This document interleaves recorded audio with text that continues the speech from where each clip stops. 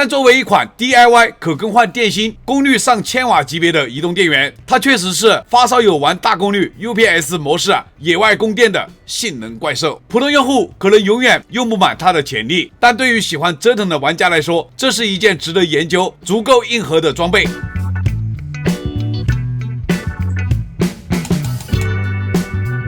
各位朋友大家好啊！在移动电源的世界，绝大多数产品都在卷轻薄、卷便携、卷快充协议，而今天这一台 JNS S35， 它直接把参数刻到了发烧友信仰的高度，千瓦级别的输出功率，极限性能超绝大多数的商业移动电源的上限。它不是为了满足日常手机的刚需，而是为了让性能玩家在高功率、高电流、高电压下尽情的榨干电芯与电路的潜力。它在普通用户手里可能一辈子都跑不到设计的极限，但是在发烧友的测试台上面，可以让笔记本、无人机、摄影灯、户外高功率设备可以同时吃满功率的移动怪兽。今天我们就用一套严苛的测试，从协议识别到功率拉载，从温控极限到转换效率，全面揭开这台 DIY 高性能移动电源的真面目。兄弟们，接下来就让我们看看这台 S35 到底是数据吹得响，还是实力配得上它的性能怪兽之名。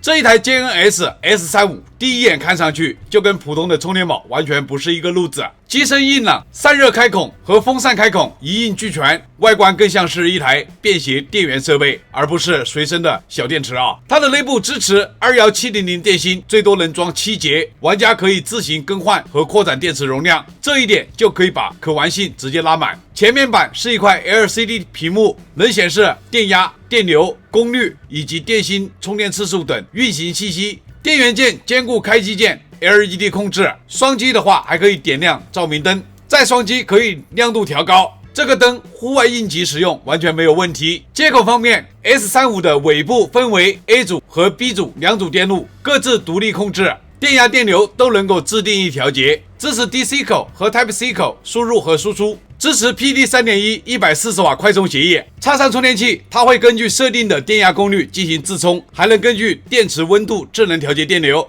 保证安全和效率。机身正面一共有4个主要的输出口，开机就能直接使用，多设备同时取电完全不在话下，而且协议识别也是做到了全协议支持。另外它还提供丰富的系统设置，比如屏幕熄灭时间、亮度、风扇启动温度，甚至还可以做电池容量学习，帮你了解电芯的真实表现。这里还有一点需要特别提醒， JNS S35 它是可更换电芯的设计，不是传统的一次点焊的方案，所以虽然它能做到千瓦级别的输出，但是不建议长时间超过300瓦运行，这样既能延长电池的寿命，也能保证整机的安全稳定。整体来看， JNS S35 它的外观设计走的是工具风，功能定位则是彻底的发烧路线，接口全，参数可调，信息透明，和市面上那些傻瓜式的充电宝完全不是一个思路。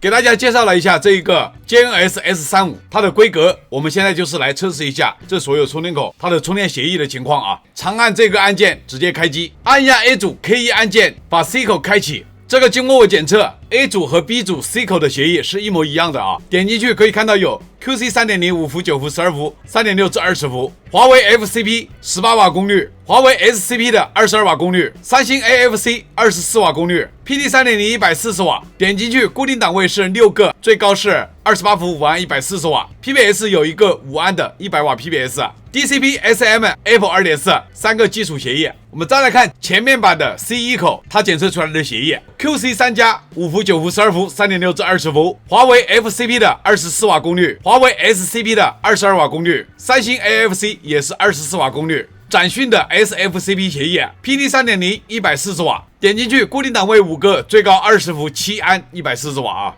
PBS 有一个21伏 6.35 安的大功率 PBS、DCP、SAM、Apple 2.4三个基础协议，这是前面版 C2 口的协议的情况。这个充电口跟刚才 C1 口是基本上一样的啊，就少了一个无关紧要的展讯的 SFCP， 其他的都是一模一样的，也是20伏7安的140瓦。这是前面版 Type-C 3口的协议支持的情况。这个充电口跟 Type-C 1口安卓协议都是一模一样的，然后 PD 3.0 它变成了100瓦， PBS 也变成了5安的一个100瓦的 PBS， 其他的都是一模一样的。这是这个 JNS S35 A 口的协议支持的情况，这上面就有私有协议了啊。有蓝厂 vivo 的 VFCP 7至20伏，最高120瓦功率；高通 QC 3.0 的5伏、9伏、12伏、3.6至20伏；华为 FCP 的最高18瓦功率；华为 SCP 的100瓦私有协议；DCP 基础功率没有看到有绿厂的 work 协议啊，我们兼容性测试再来看，因为有时候仪表要出错。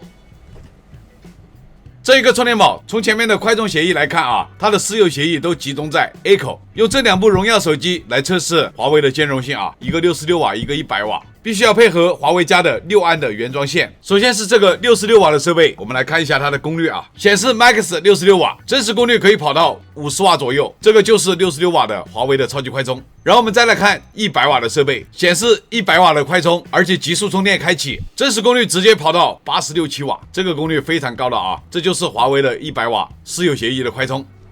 蓝厂的设备，一台120瓦的，一台44瓦的。现在蓝厂的设备是最不挑充电器的啊，为什么我这么说？看我测试就知道了。A 口的话就配合蓝厂的原装快充线。首先我们看44瓦的这部手机，直接启动闪充标识，真实功率可以跑到34瓦左右。然后我们再来看120瓦的设备，启动 Flash 切解，闪充标识，超快标识也开启了，真实功率跑到100几瓦呀，这个功率已经是原装充电器的效果了。为什么说蓝厂的设备兼容性好？我们随便接一个 C 口来测试，已经启动了 PBS 快充71瓦左右的真实功率啊。我们随便用一个后面的大功率充电口啊 ，PBS 启动了啊，70多瓦的真实功率没有任何问题。随便接一个充电口，用小功率的试一下吧。同样的可以启动 PBS 快充，真实功率可以跑到31、2瓦的样子。这就是蓝厂的设备啊，只要是有 PBS 快充的 PD 充电器，它都可以启动快充。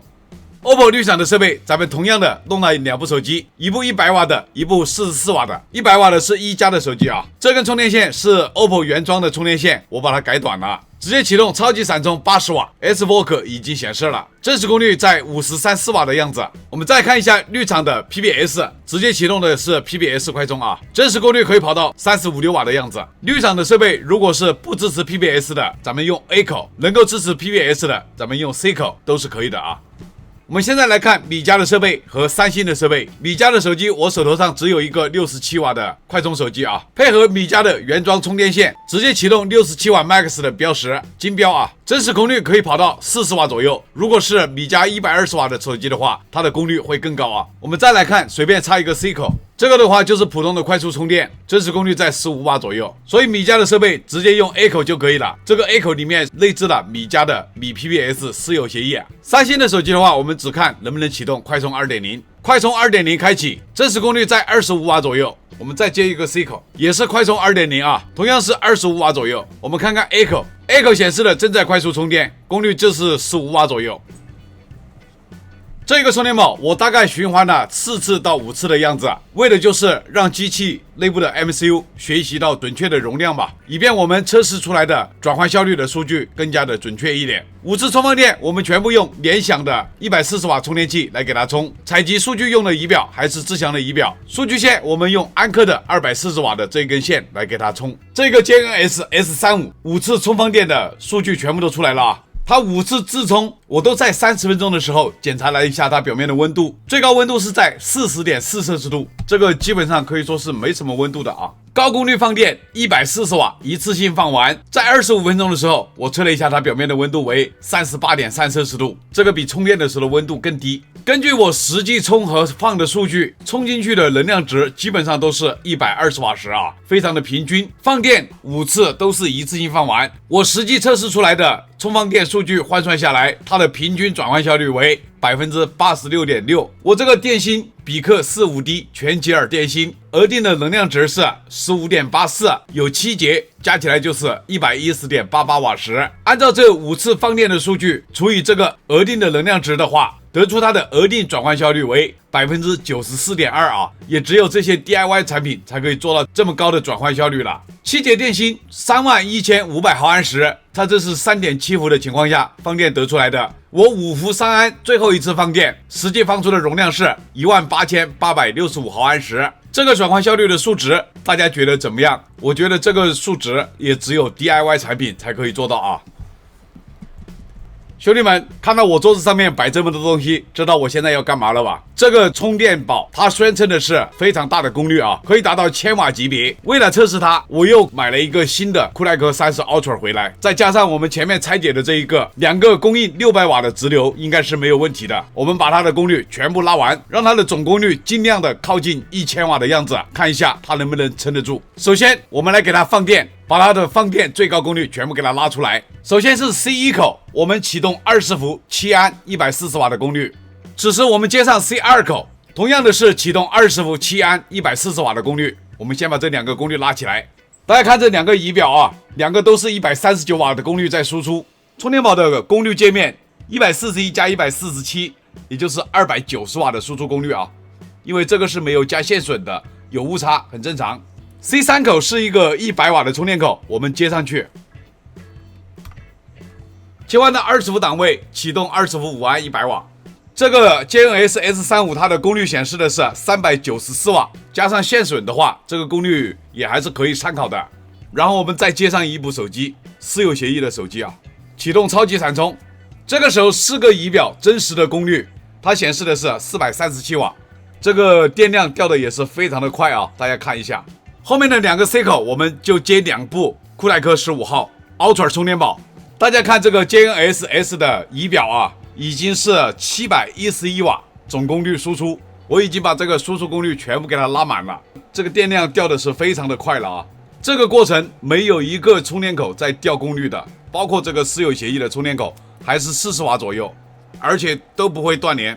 这个充电宝内部的电路全部都是独立的，后续拆解开大家就知道了。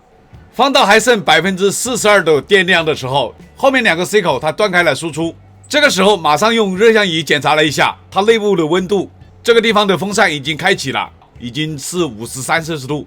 因为热像仪只能检查到大概里面的温度的话，起码更高一点，700多瓦的功率，放了60%左右的电量出来。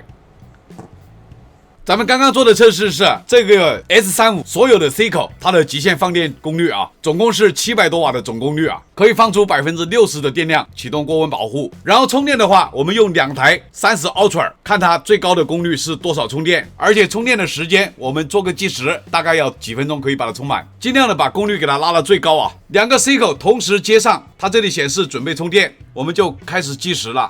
充电宝的显示屏显示的是564瓦。这2台30 Ultra 都是300瓦的输出，大家看到这个屏幕上有一台是0瓦，因为是我拆过的，所以说这个屏幕它坏了啊 ，DC 它没有功率显示，但是上面这一台310瓦输出是正常的。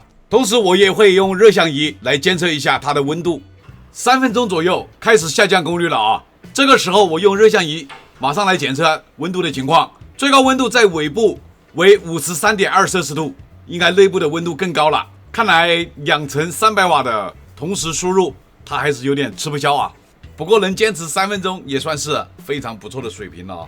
经过近3分钟的功率下降，最终的功率稳定在120多瓦的输入功率，也就是相当于一个140瓦的充电器在给它充电了。这个也相当于充电宝的一个自我保护的一个过程。这个设置是充电宝该有的一种设置啊。我们现在就是来测试一下它的双枪自充，2个 PD 140瓦同时给它充电。我们现在2个 C 口都插进去了，现在充电宝还有5%左右的电量，我们开始计时。充电宝的显示屏显示的是总功率281瓦左右，2个酷莱克30 Ultra 输出功率都是140瓦左右。下面这个30 Ultra 的功率大家参考一下就可以了啊，因为这个我拆过的，它不准了。最终还是因为温度的问题，逐渐的调整功率，调整到了总功率在123瓦，也就是相当于单口140瓦的水平啊。因为这个内部的设置我都是用的默认的设置，内部的温度到了一定的温度的时候，它就会逐渐的减小充电的电流。充电宝的温控阈值调高一点的话，它同样的是可以280瓦直接把它充满电的，那么这个充电宝的温度就会非常的难看，你的电池寿命也会大大的缩减。所以说我建议大家买了这款充电宝的，还是用140瓦的功率充就可以了。我们5次140瓦充电都是在1个小时就可以把它充满，大家不要去贪那快个20分钟左右的时间啊，没有意义。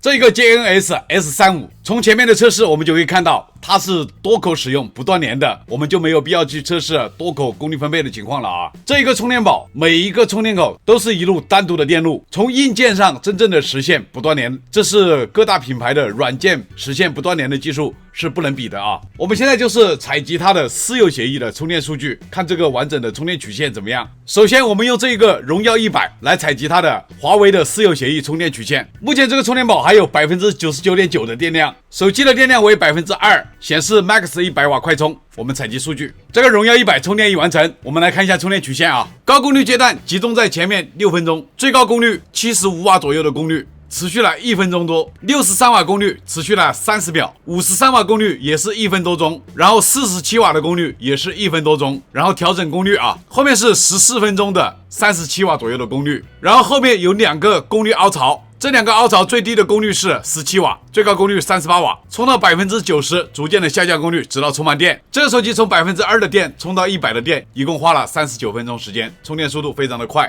整个充电曲线如果没有这2个凹槽的话，就走成了一个标准的华为100瓦充电曲线图啊。充满这部手机，充电宝还有 78% 的电量。这一部手机为 iQOO N19S Pro 加，本身支持120瓦快充，目前的手机电量也是 2%。我们充电采集数据，这部蓝厂手机充电已完成，我们来看一下充电曲线图啊。这个曲线图前面11分钟，它的最高功率启动私有协议的时候充到103瓦的功率，但是仅仅持续了15秒钟，后面就降到80瓦，再降到72瓦，然后功率调整的时候就变成了高通 QC 2.0 的17瓦的功率在充电。这后面断断续续的，就是我拔插充电器在试功率，结果都没试出来，最后插到 C1 口启动的是 PBS 充电，这个时候手机已经有 20% 的电量了啊，充到 90%， 逐渐的下降功率，直到充满电。这个手机可以支持 PBS 100瓦，但是我这个系统没有升级，所以说它只有33瓦。充满这部手机，充电宝还有 54% 的电量。这部手机为绿厂的一部手机，支持80瓦的私有协议快充。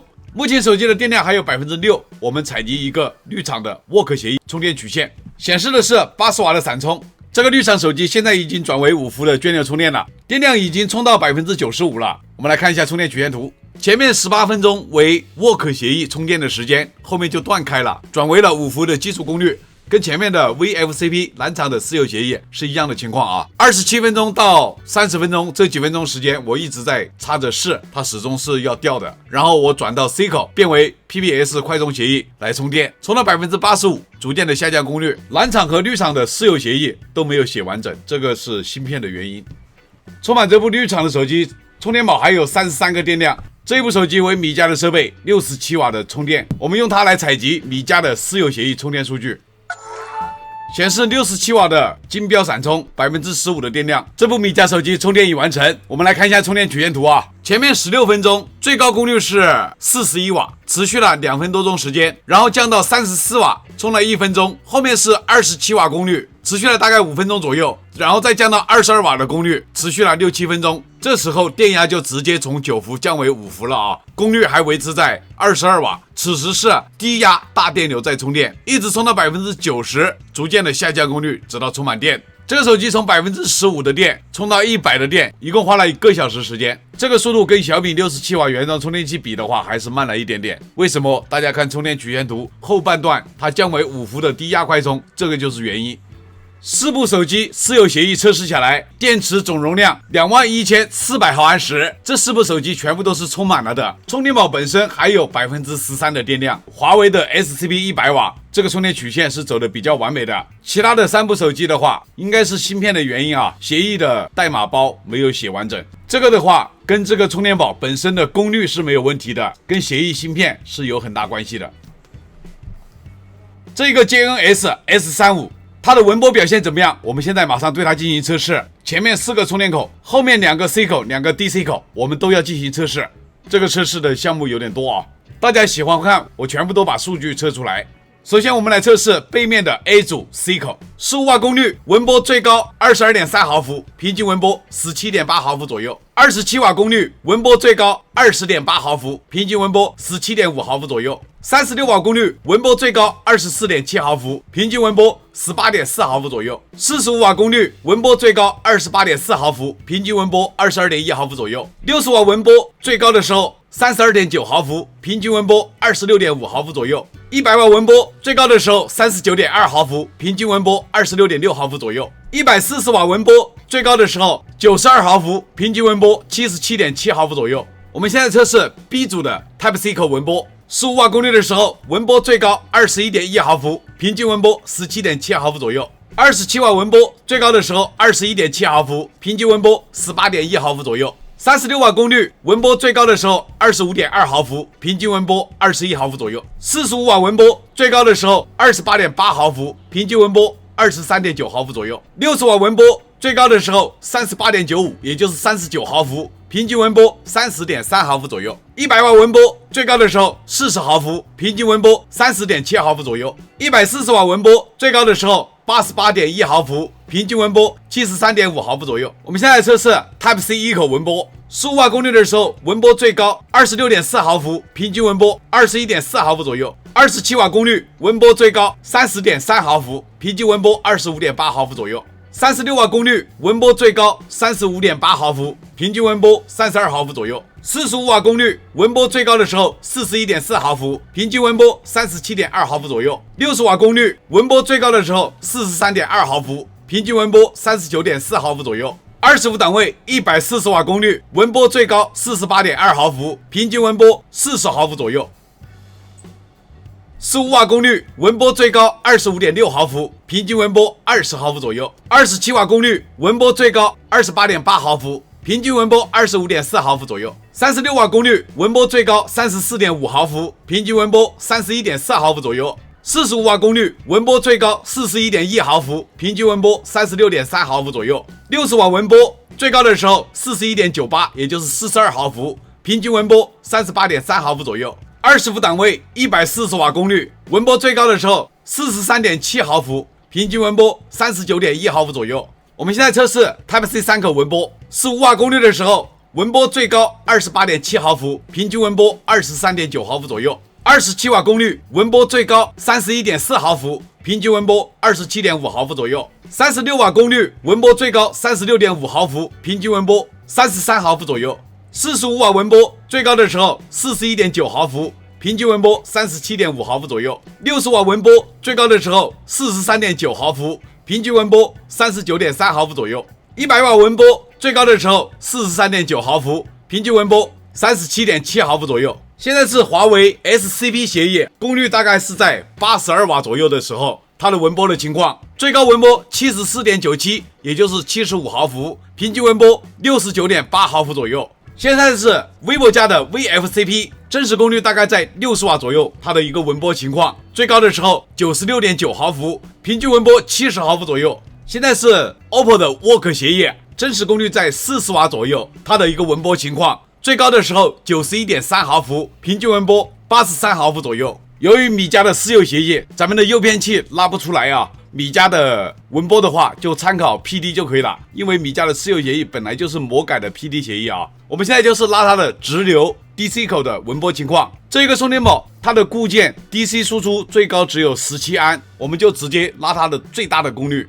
现在是开启了28伏，我们直接把负载仪打开。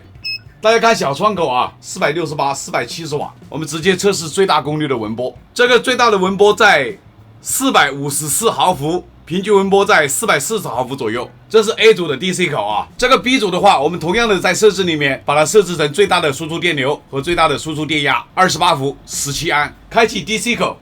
大家看一下小窗口，同样是460多瓦啊。我们再来看文波的情况，这个文波最高的时候448毫伏，平均温波在430毫伏左右，两边是差不多的。这个 DC 输出应该是没有加滤波措施吧。这就是这个充电宝所有文波的情况。C 口的文波全部都是非常极品的，这样极品的文波就证明这个电路确实是非常的用心了啊。我们后续拆解开，大家就知道了。